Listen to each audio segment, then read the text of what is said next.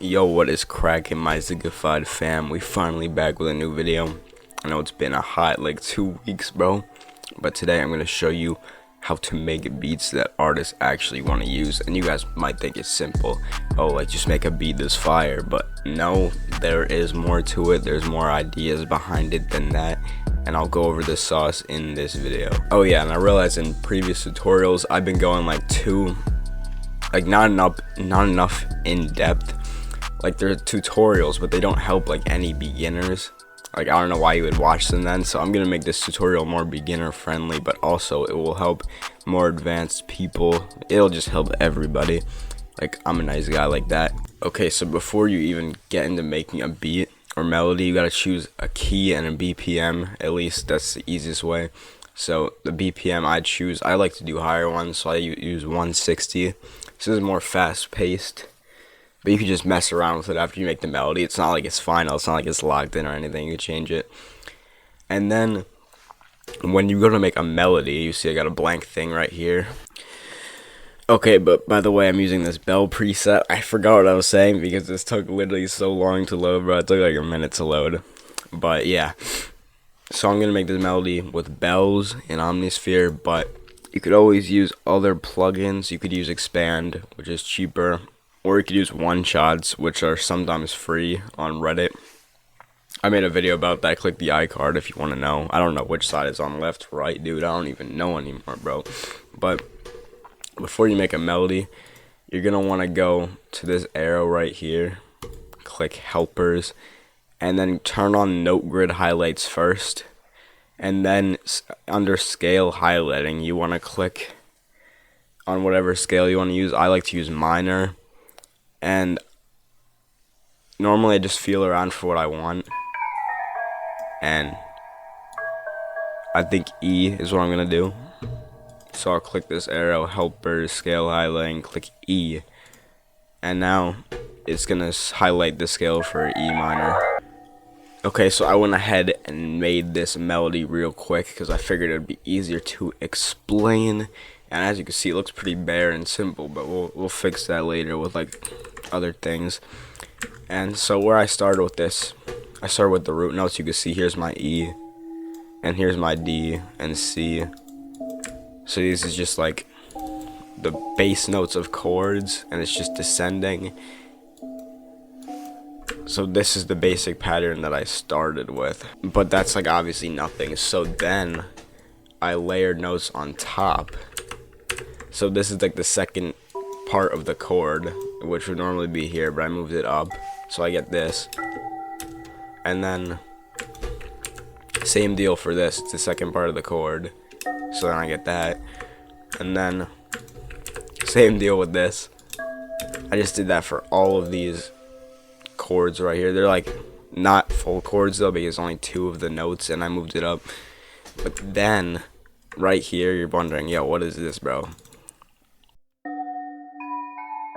It's just like a little transition into the next chord. You could like kind of think of it like that. Like, this sounds like it's gonna transition into this next chord. Yo, hopefully this video doesn't take longer than 20 minutes because my phone only got 20 minutes of storage left on it. So okay, and then finally, I think the only thing I didn't go over with this is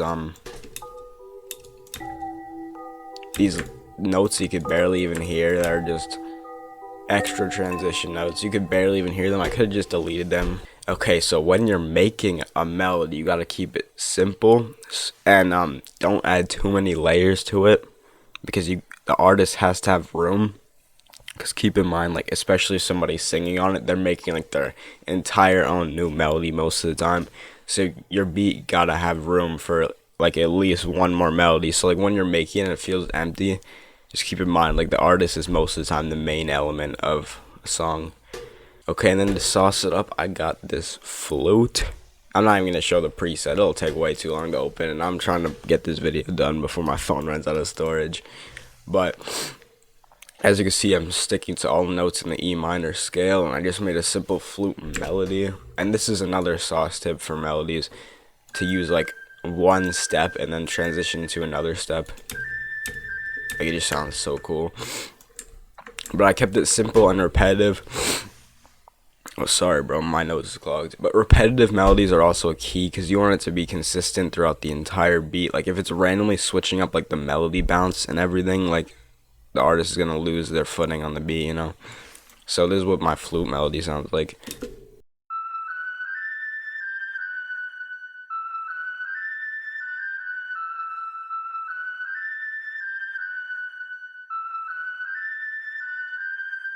So, yeah, I kept it simple. Okay, then final melodic element. Yo, this is tripping out. You seen this, bro? Okay, final melodic element. I used a mallet and expand. And this sound is also barely audible, but I feel like it adds something. I'll just play it and then try to explain it. Like,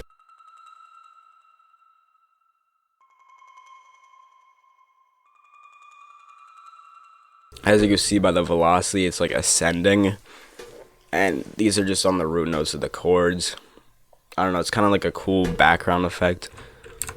Especially after the effects that I put it on. Like, this is a free reverb plugin, delay and reverb plugin. I put some delay and reverb, and then I put more reverb on it. Because I think this one was not good enough, so I added more, you know. But yeah, I guess I'll play the final melody together.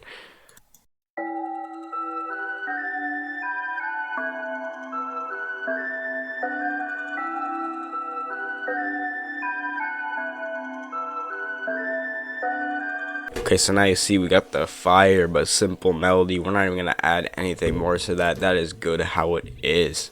Next up is the drums. Before we move on to the drums, I had one more idea with the melody. Not an idea, just like a tip. Do not overdo it with effects. If you're trying to overdo it with effects, most likely you already chose the wrong sound and you should go back and choose a different sound. Okay, so now with drums, I'm starting with the hi-hat. I already made a simple hi-hat pattern. And by the way, if you guys don't know how to get a two-step pattern looking like this, like if you're just gonna, you don't want to always click it in, so you could just right-click here on the hi-hat and click fill each 2 steps. That is a sauce tip. If you don't know that, it's a lifesaver. But that's what I did, and then I literally just added like 3 hi-hats here, just for a simple bounce. And at the end, that's like a 1/6 beat, I think it would be. Yeah, that would be a 1/6 beat roll, and that kind of transitions into the next bar. So overall, it's a simple 2-step pattern with a few variations. You want to keep it for the most part simple, but you can go crazy if you want. Like, I'm not gonna stop you. Okay, next up is the clap. And if you guys don't know where clap goes, you see how this is 1 bar right here. It just goes straight in the middle. And finally, probably like one of my favorite sounds, probably most people's favorite sound, the 808. I'm just going to keep the bounce simple, especially when you're in faster tempos. Like, I'm in 160 right now. Got to keep the bounce simple.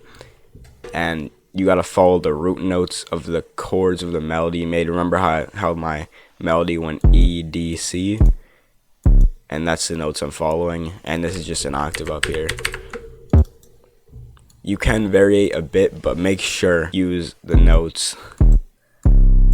Make sure to use the notes of the chords most of the time. And do not go outside the scale most of the time. Please, bro.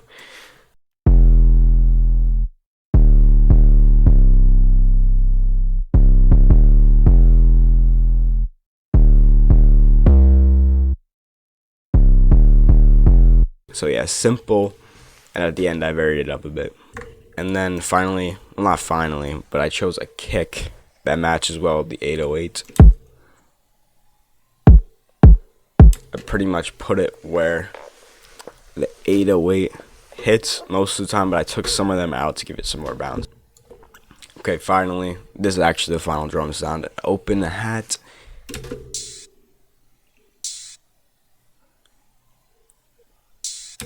You can pretty much experiment with where these hit, because music has no rules, you know. I mean, there's a lot of rules. I don't know why I said that, but most commonly, like, say this is 1 bar, they hit on the second part right here, like one of these thingies before the clap. I have no idea what it's called, bro. I don't know anything, bro.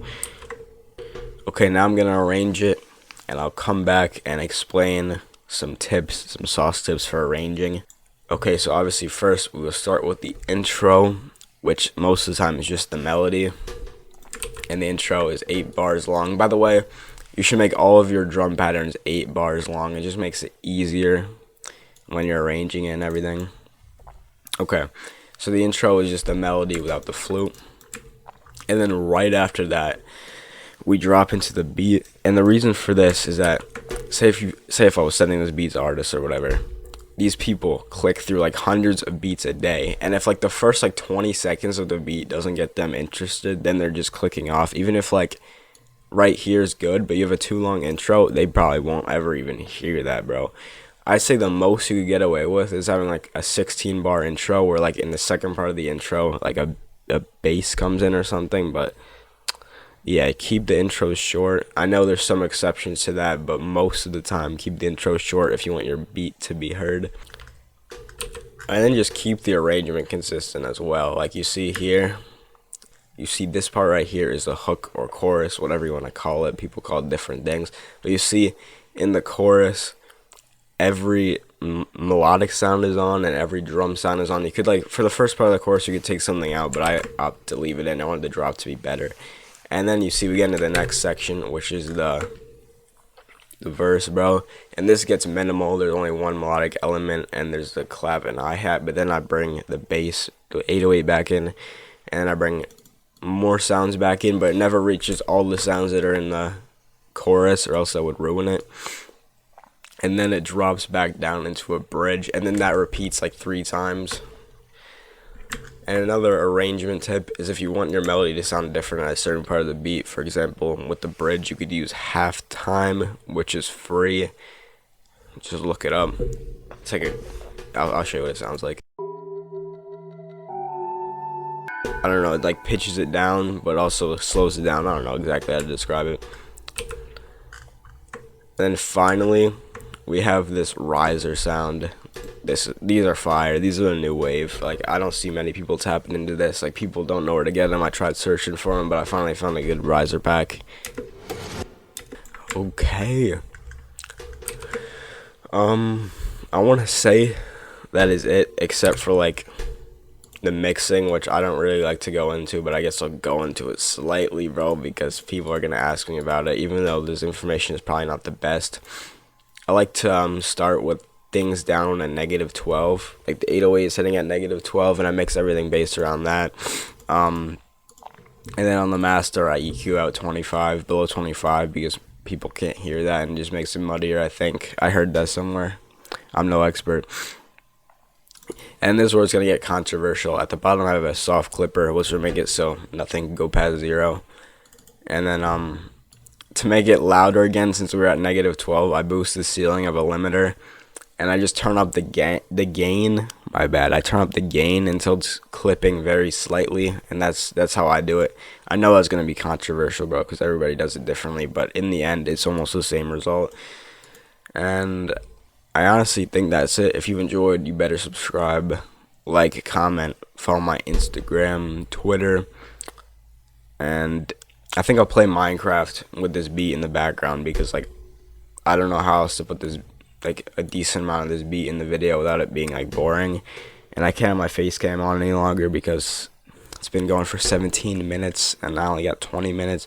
So yeah, just enjoy the beat, enjoy whatever I happen to put at the end of the video, and see you later, bro.